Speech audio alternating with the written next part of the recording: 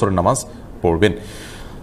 মোহাম্মদ কামাল উদ্দিন জানতে চেয়েছেন, আমাদের দেশে ঈদ আসলে দেখা যায় নতুন টাকার নোটের সংগ্রহে একটা ধুম পড়ে।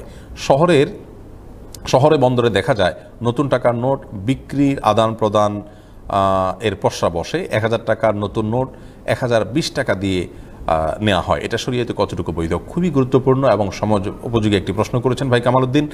এটি সম্পূর্ণ হারাম এবং সুদভিত্তিক লেনদেন। নতুন বা কচকচে নোট এটি অতিরিক্ত টাকা দিয়ে কেনা যেমন হারাম, যারা বিক্রি করছেন সে সমস্ত ভাইরাও হারামে লিপ্ত হচ্ছেন। আল্লাহ তাআলা আমাদেরকে হারাম থেকে বেঁচে থাকার তৌফিক দান করুন।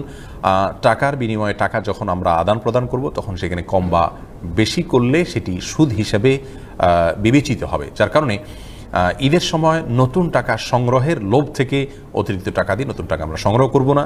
যে ভাইরা এটাকে উপার্জনের মাধ্যম করছেন তারা হালাল কোন উপার্জনের মাধ্যম খুঁজবেন, সেটি তাদের প্রতি অনুরোধ রইল।